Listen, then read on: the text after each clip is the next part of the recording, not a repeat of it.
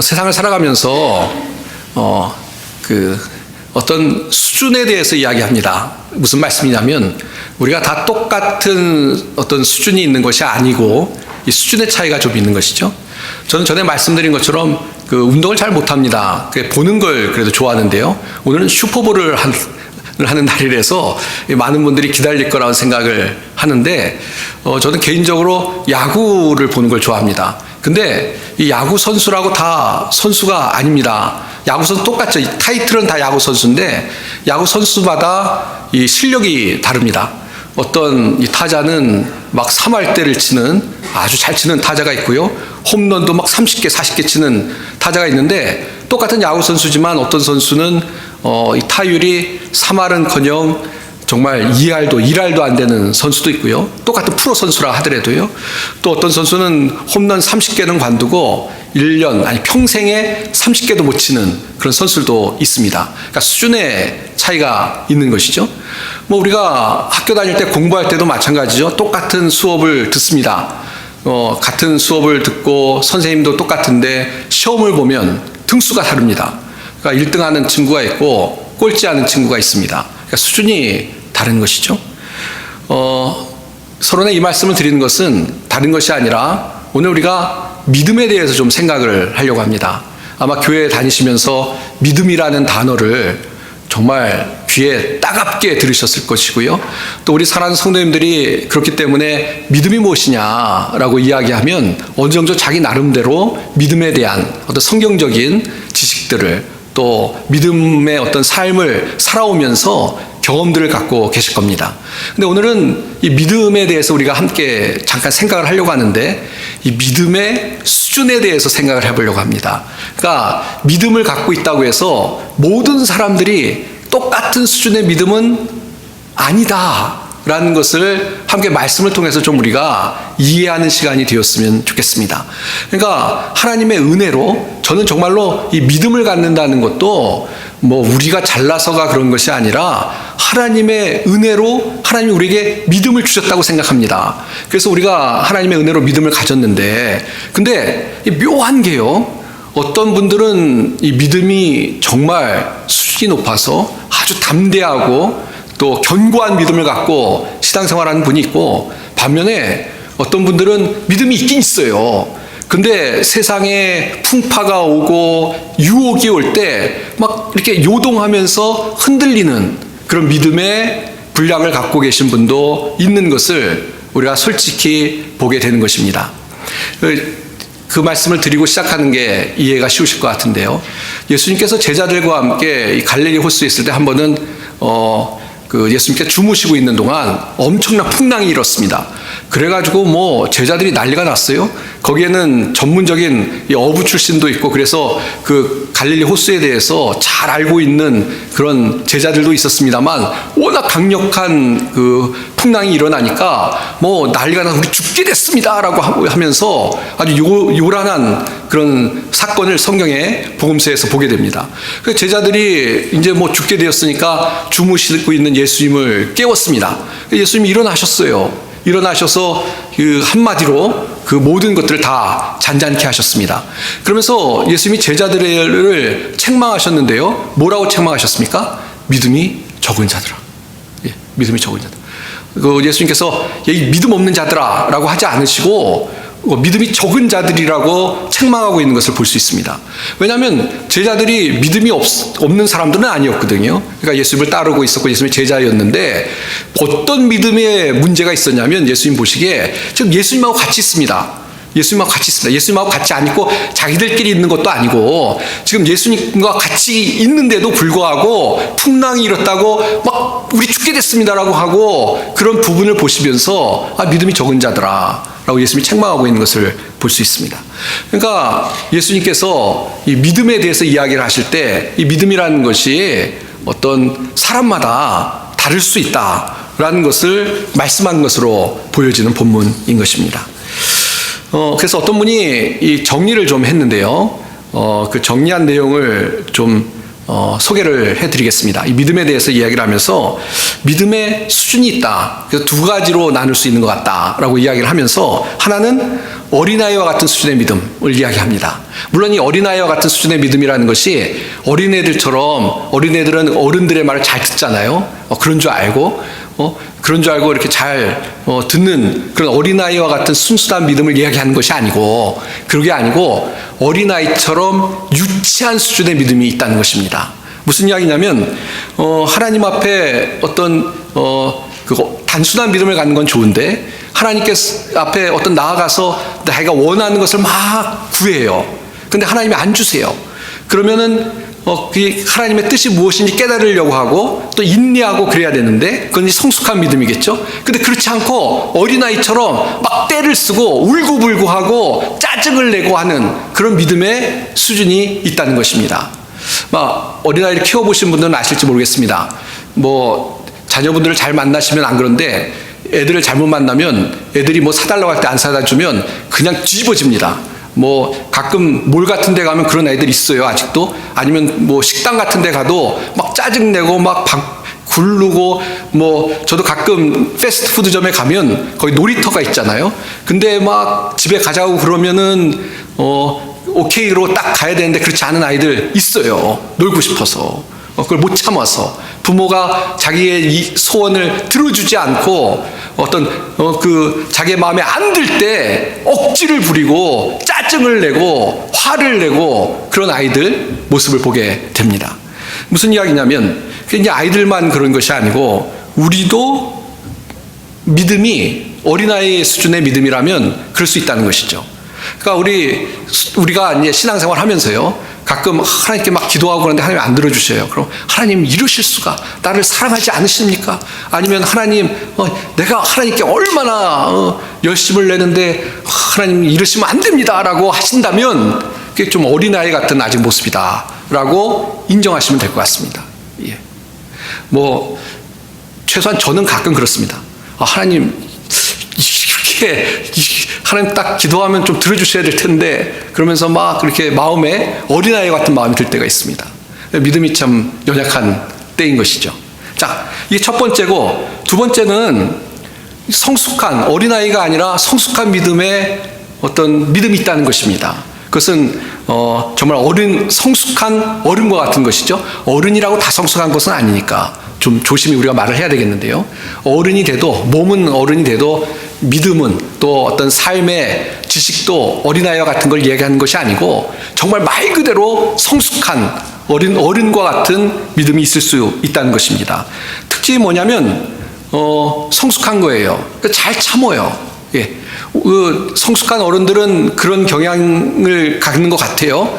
뭐냐면 정말 인생에 산전수전 다 겪은 분들은 좀 실패하고 그래도 잘 참으시는 것 같아요. 다음에 또 기회가 있겠지. 그리고 더 인내하고 그런 부분이 있는데, 이 믿음의 성숙한 사람도 잘 참는다는 것입니다. 예. 지금 하나님께서 당장 은혜를 베푸시지 않고 또 하나님께서 응답을 하시지 않아도 하나님의 뜻이 어디 있는가 자신을 돌아보고 또 하나님께서 하실 일을 기대하면서 참는 믿음, 그런 믿음의 수준으로 살아가는 그런 성도가 있다라고 나누어서 이야기하시는 분이 있습니다. 아주 충분히 우리가 너무 상식적이고 굳이 글쎄 이 책에 나와 있는 내용, 근데 책까지 쓸 내용인가 싶긴 한데 충분히 우리가 이해를 하는 것이죠. 근데 이제 중요한 것은 뭐냐면 내가 어디에 있느냐인 것입니다. 그렇죠? 그런 게 있어. 거기서 끝나면 의미가 있습니까? 그냥 나는 도대체 어떤 믿음으로 지금 살아가고 있는가? 또 어떤 믿음으로 살아가야 될 것이냐? 우리가 좀 우리 자신을 돌아보면서 제일 좋은 건 뭐겠습니까? 어린아이 같은 믿음이 아니라 정말 성숙한 장성한 분량의 믿음의 사람으로 살아가기로 어떤 결심하고 달려갈 수 있는 그런 우리가 되어야 될 줄 믿습니다. 그래서 오늘은 이렇게 하고 끝내면 안 되고요. 오늘은 그래서 성경에 나와 있는 우리가 참 이런 믿음이어야지 라고 생각되는 세 가지 예를 살펴보도록 하겠습니다. 그 예 중에 하나가 오늘 이 하박국 본문의 말씀입니다. 이 본문의 말씀 보시면 우리 16절부터 봤는데 16절에 보면 끔찍한 상황에 어쩔 줄 몰라서 막 당황하고 있는 그 선지자의 모습이 소개가 되고 있습니다. 내가 들었으므로 소식을 들은 거예요. 소식을 들었어요.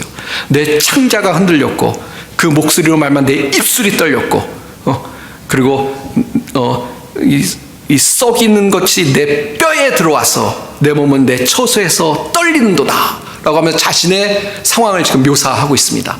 엄청나게 힘들다는 것이죠. 정말 저같이 표현이 약한 사람은 죽겠다라는 표현을 하고 있는 것입니다. 정말 어떻게 이런 상황 속에 어떻게 해야 되지라고 낙심하고 절망하고 있는 그 선지자의 모습이 소개가 되고 있습니다. 왜 그렇습니까? 이 앞부분 보시면 이 바벨론이 이제 이스라엘 백성에게 쳐들어와서 고통당할 것을 하나님이 말씀하시는 것을 이 선지자가 들었습니다. 그러니까 앞으로 벌어질 일, 하나님께서 하신 말씀이니까 틀림없이 성취될 텐데 고통의 날이 자기와 자기 백성들 가운데 있을 거라는 것을 하나님으로부터 듣고 낙심이 된 것입니다. 낙심이 된 것입니다. 그래서 너무 힘든 거예요.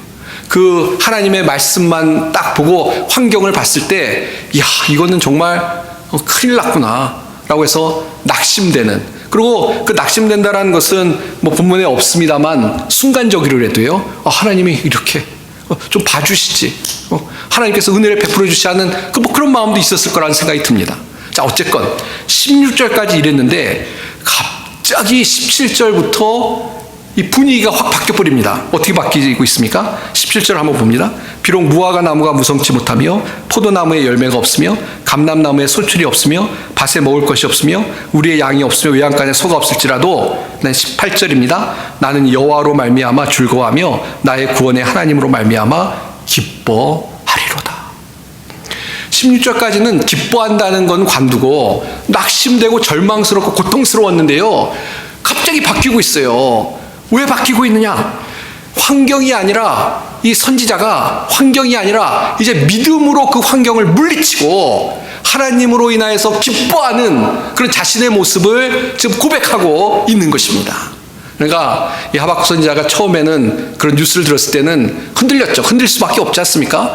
저는 이 믿음이 좋은 분들도 일단 한 대 맞으면 아프다고 느낄 거라고 생각합니다. 만약에 아프다고 못 느끼면 병이 있는 거죠. 그렇죠? 전에도 말씀드렸습니다만 악어가 지금 앞에 나타나서 물려고 그러는데 괜찮아 그러면 전두엽에 이상이 있는 겁니다. 병원 빨리 가셔야 됩니다. 공포를 느끼는 게 당연하죠. 그러나 공포를 느끼는 것에 계속 무너지면 안 되는 것이고요. 그러니까 똑같은 겁니다. 지금 이런 말씀을 들었을 때, 이런 하나님의 어떤 선포를 들었을 때 답답하고 힘든 거예요. 그러나 그것을 어떻게 이기고 있냐면 믿음으로 물리치고, 환경을 물리치고 환경을 초월하고 하나님을 바라보면서 하나님으로 인해서 기뻐하는 그런 어떤 믿음의 승리를 고백하고 있는 선지자의 모습을 볼 수가 있다는 것입니다. 그래서 17절에 있는 것처럼 뭐 무화과 나무가 무성치 않고 포도나무에 열매가 없고 감람나무에 소출이 없고 밭에 먹을 것도 없고 양도 없고 외양간은 다 비어있고, 다 끝장이 난 거예요. 끝장이 난다고 말씀하셨으니까 끝장이 난 거예요. 그런 상황이 될지라도 나는 하나님으로 말미암아 즐거워하고 하나님의 구원으로 말미암아 기뻐한다. 구원의 하나님으로 말미암아 기뻐한다 라는 믿음의 고백을 하고 있는 것입니다. 그러니까 선지자가 그 어떤 앞으로 일어날 환경을 봤을 때는 낙담이 됐던 거예요. 그러나 이것을 어떻게 극복하냐? 다시 한번 반복해서 말씀드립니다만 하나님께 초점을 맞추고 하나님이 어떠한 분이신가 다시 기억하면서, 그게 믿음인 것이죠. 그러면서 나는 하나님으로 말미암아 즐거워하고 구원의 하나님으로 말미암아 기뻐한다라고 하면서 하나님께서 함께 하실 때 능히 그것을 감당할 수 있고, 또 하나님께서 결국은 구원을 베푸실 것을 기대하면서 그 어려움을 이기고 있다는 것입니다.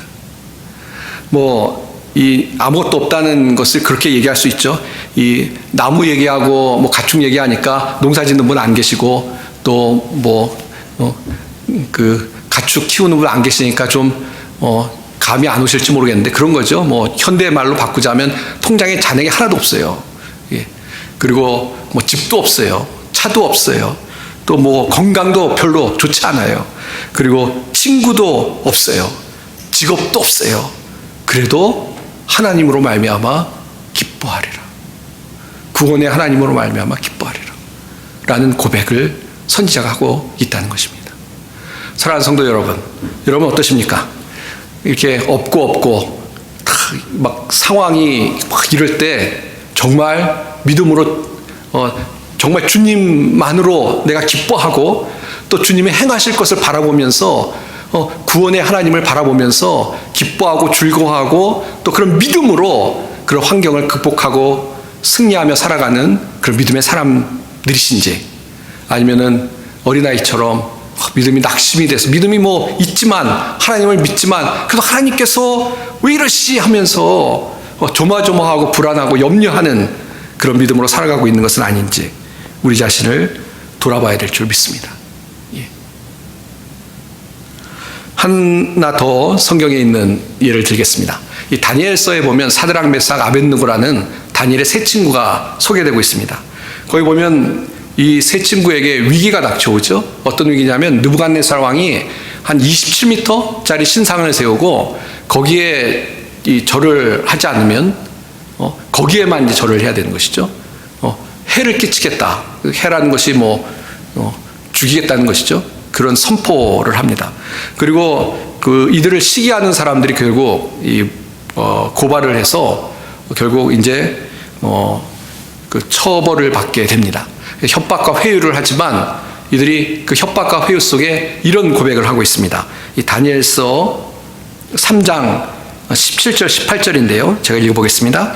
왕이여, 우리가 섬기는 하나님이 계시다면 우리를 맹렬히 타는 풀무 가운데에서 능히 건져내시겠고 왕의 손에서도 건져내시리이다. 그렇게 아니하실지라도 왕이여, 우리가 왕의 신들을 섬기지 아니하고 왕이 세우신 금신상에 절하지도 아니할 줄을 아옵소서 라는 신앙의 고백을 하고 있습니다. 이게 뭡니까? 지금 죽게 됐어요. 왕의 말을 거역했기 때문에 끌려왔습니다. 그래서 사는 방법이라는 것은 신앙을 버리는 거예요. 그러나 버리지 않겠다라고 고백합니다. 왜 버리지 않냐? 첫 번째는 하나님께서 우리를 구원해 주실 것이다 라고 고백을 합니다. 그게 믿음인 것이죠. 그러나 또 어떤 고백을 하냐면 한 걸음 더 나아가서 그렇게 구해 주시지 않아도, 그리하시지 않아도 우리가 믿음을 지키고 신상에 절하지 않겠습니다. 하나님에게만 절하겠습니다 라는 고백을 하고 있다는 것입니다. 그러니까 믿음이 좀 다르죠. 그리 아니하실지라도. 아까는 비록 없을지라도 라고 얘기하는데요. 비록 하나님께서 우리를 죽게 하실지라도 믿음을 지키겠다라는 그런 담대한 고백을 하고 있는 것을 볼 수가 있다는 것입니다. 이제 한 사람 더 살펴보겠습니다. 이 빌립보서에 보면, 이 빌립보서는 아시는 것처럼 이 바울의 서신서인데요. 바울이 이제 거의 마지막 이제 사역을 다 끝마치고 하나님 부름이 가까울 때 쓴 서신서입니다. 근데 빌립보서가 그렇게 이제 마지막 사역 때니까 바울이 옥중에 있을 때 쓴 서신서인데, 빌립보서에 보면 기뻐하고 기뻐한다, 기쁨이라는 단어를 많이 사용하고 있어요. 감옥에 있어서 지금 죽을지도 모르는 상황에 있는데 기뻐한다 계속 그렇게 하면 너희들도 기뻐하기를 원하노라 계속 그런 말을 하고 있습니다. 사도 바울이 약간 환자라서 그런 것은 아니고 분명히 자신이 기뻐하는 이유를 이야기하고 있어요. 뭐냐면 하나님 때문에 기뻐하는 것입니다. 그걸 알 수 있는 게 뭐냐면 이 빌립보서 4장에 보시면 잘하는 말씀인데요. 4장 13절부터 보시면 11절부터 보시면 이런 말씀이 있습니다. 내가 궁핍함으로 말하는 것이 아니니라. 어떠한 형편이든지 나는 자족하기를 배웠느니 나는 비천에 처할 줄도 알고 풍부에 처할 줄도 알아. 모든 일 곧 배부름과 배고픔과 풍부와 궁핍에도 처할 줄을 아는 일체의 비결을 배웠노라. 내게 능력 주신 자 안에서 내가 모든 것을 할 수 있느니라. 이게 무슨 말입니까? 사도 바울이 지금 고백하고 있는 것은 뭐냐면요, 사도 바울에 있어서는 배부른 것이나 배고픈 것이나 아무 상관이 없어요. 뭐든지 다 감당할 수 있는 거예요. 하나님이 많이 먹도록 은혜 주시면 즐기는 것이고, 또 너무너무 힘든 상황에서도 감당할 수 있는 거예요. 왜? 하나님의 능력으로. 어떻게? 하나님의 능력으로. 왜? 하나님께서 이미 자신과 함께 하시고 그 모든 것을 감당할 능력을 주시는 것을 알기 때문에 두려워하지 않고 나는 모든 것을 감당할 수 있는 일체의 비결을 배웠다. 난 주님 안에서 모든 것을 할 수 있다 라고 고백을 하고 있는 것입니다. 그러니까 이 13절 말씀을 오해하셔서 내게 주신 자에서 내가 모든 걸 할 수 있다는 것이 내가 마음만 먹으면 생각만 하면 하나님이 막 축복해 주실 거야, 세상적으로. 그것이 아니고 나는 세상적으로는 어떤 거냐 상관없이 내가 하나님 안에서, 주님 안에서 모든 것을 감당할 수 있다. 하나님이 그런 능력을 나에게 공급해 주신다라는 신앙의 고백입니다. 좀 더 쉽게 풀어서 말씀드리면요, 사도 바울이 지금 고백하고 있는 것은 뭐냐면요, 이 환경과는 난 상관없어. 환경이 어떻든 간에 나는 주님 안에서 기뻐하고 주님 안에서 넘치는 평강을 누리고 주님 안에서 흔들리지 않고 믿음으로 나아갈 수 있어 라는 자신의 믿음을 지금 고백하고 있다는 것입니다. 자, 그래서 사실 이 사도 바울이 그렇게 기도한 거 기억하실 거예요. 이 육체의 가시를 제해달라고 3번 기도했는데 하나님이 안 들으셨어요. 처음에 기도했을 때는 왜 그러고 그러니까 3번을 했겠죠. 그러나 나중에는 그런 고백합니다. 아, 내 은혜가 내게 족하다라는 하나님의 뜻을 깨닫고 더 약할 때 강한, 왜 약하기 때문에 하나님을 더 의지하는, 그것을 하나님께서 그래서 내 육체의 가시를 제하시지 않는구나 라고 생각하고 오히려 감사하고 있는 사도 바울의 모습을 볼 수가 있습니다. 그런 어떤 사도 바울의 신앙의 담대한 모습, 그것이 우리에게 사실은 도전이 돼야 될 줄 믿습니다. 이제 좀 정리를 해보도록 하겠습니다. 오늘 하박국 선지자도 환경에 흔들리는 것이 아니죠. 비록 없을지라도 난 주님 때문에, 주님만으로 기뻐하고 또 주님이 행하실 것을 기대하면서 기뻐하고, 그런 어떤 믿음의 고백을 하고 있습니다. 아까 다니엘의 세 친구도 마찬가지죠. 주님이 구원하실 거를 기대하는 거예요. 그래서 지금 죽게 됐어도 두렵지 않아요. 그러나 그리 아니하실지라도, 그러니까 어떤 죽음의 순간이 올지라도 하나님 안에서 믿음으로 그걸 감당할 수 있는, 그렇게 할지라도 나는 하나님을 배신하지 않고 믿음을 지키겠다라는 그런 믿음의 고백을 우리가 알 수가 있습니다. 또 마지막으로 사도 바울도 마찬가지죠. 환경이 중요하지 않아요. 우리가 아는 것처럼 사도 바울이 복음을 증거하다가 매를 맞기도 하고 배가 파선하기도 하고, 특별히 같은 동족에게 핍박을 받기도 하고 어려움이 많았어요.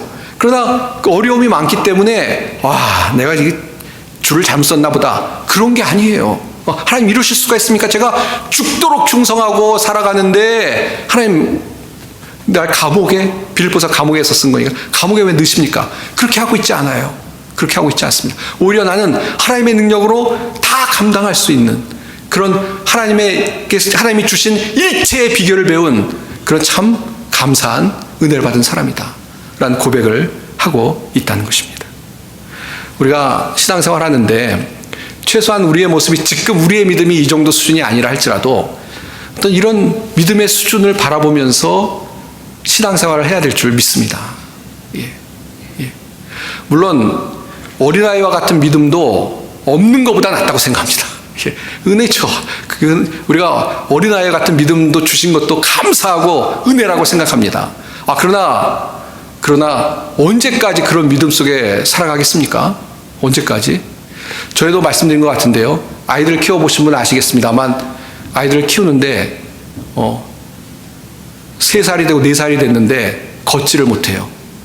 그럼 어떤 심정이 되시겠습니까? 부모님들은 이게 지금 뭐가 단단히 잘못됐다고 생각해서 매일 하루가 괴로울 거예요. 한 10살쯤 됐는데 혼자 일을 못 봐요. 그러면 어떤 마음이 드시겠습니까? 괜찮아. 글쎄, 그러긴 참 쉽지 않을 것 같아요. 부모 마음. 한 15살이 됐는데 글을 못 읽어요. 그럼 어떤 마음이 드시겠습니까? 괴로울 거예요. 왜 이 말씀을 드리냐면, 우리의 믿음이 어린아이와 같은 믿음에 있어도 하나님께서 우리 사랑하시고 계속 격려하고 자라도록 하시겠지만, 그러나 우리가 항상 어린아이와 같은 믿음으로 산다면 하나님 마음이 어떨까요? 하나님이, 글쎄, 저는 제 생각으로 하나님의 마음이 찢어질 것 같아요. 좀 담대한 믿음으로 살았으면 좋겠는데, 이제 믿음이 좀 성장해서, 믿음의 수준이 성장해가지고 좀 어려운 일이 오고 힘든 일이 오고 세상 살아가면서 뭐 좀 없을 때도 있고, 세상 살아가면서 좀 핍박받을 때도 있고, 그래도 뭔가 신앙의 고백을 하고, 난 주님을 믿습니다. 주님만으로 만족합니다.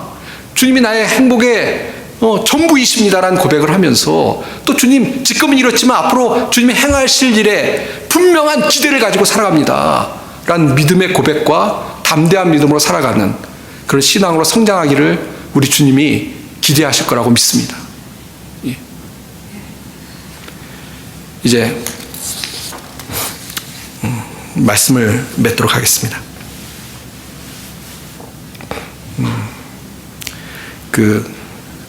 마태복음 17장에 보시면요, 겨자씨 하나할 만한 믿음이 있으면 이 산을 명하여 여기서 저기로 옮기라 하면 옮겨질 것이다 라고 예수님이 하신 말씀이 있습니다. 아마 기억나실 것 같습니다. 근데 겨자씨는 성경에서 원래 작은 씨인데, 이 작은 것을 할 때 보통 사용을 합니다.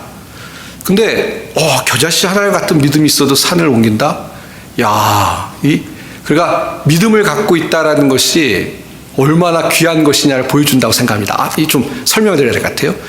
겨자씨만한 믿음을 가져도 된다는 것이 아니고, 겨자씨 같은 작은 믿음을 갖고 있는 것 자체가 귀한 것이다라고 얘기하시고 있는 것 같아요. 믿음이 얼마나 귀한 것이냐라고 얘기하시고 있다고 생각합니다. 그리고 이 누가복음 18장 8절에 보시면, 인자가 올 때 세상에서 믿음을 보겠느냐라는 말씀을 하십니다. 그러니까 믿음을 보겠냐는 안 보겠다는 말씀이 아니고, 이것도 뭐냐면 믿음 가진 사람이 많지 않겠다, 많지 않을 거다. 그만큼 믿음이라는 게 참 귀하다라는 것을 강조한 말씀이라고 생각합니다. 예. 그러니까 믿음이 참 귀한 것 같아요. 그래서 다시 한번 말씀드립니다만, 어린아이와 같은 믿음도 갖는 거 너무 귀한 것 같아요. 저는 몇 번씩 말씀드립니다만, 우리가 예수님을 믿게 된 것이 기적 중에 기적이라고 생각합니다. 어떻게 믿게 됐는지 저도 모르겠어요. 은혜예요. 예. 저도 어떻게 제가 예수님을 알고 믿었는지 너무 감사하고, 이 세상에 이런 기적이 있나 싶어요. 그래서 우리 성도님들 중에 예수님 믿고 고백하고 신앙생활하는 분들 보면 너무 귀하고 정말 하나님의 은혜라고 생각합니다. 예, 정말 귀하다고 생각해요, 그 믿음이. 그러나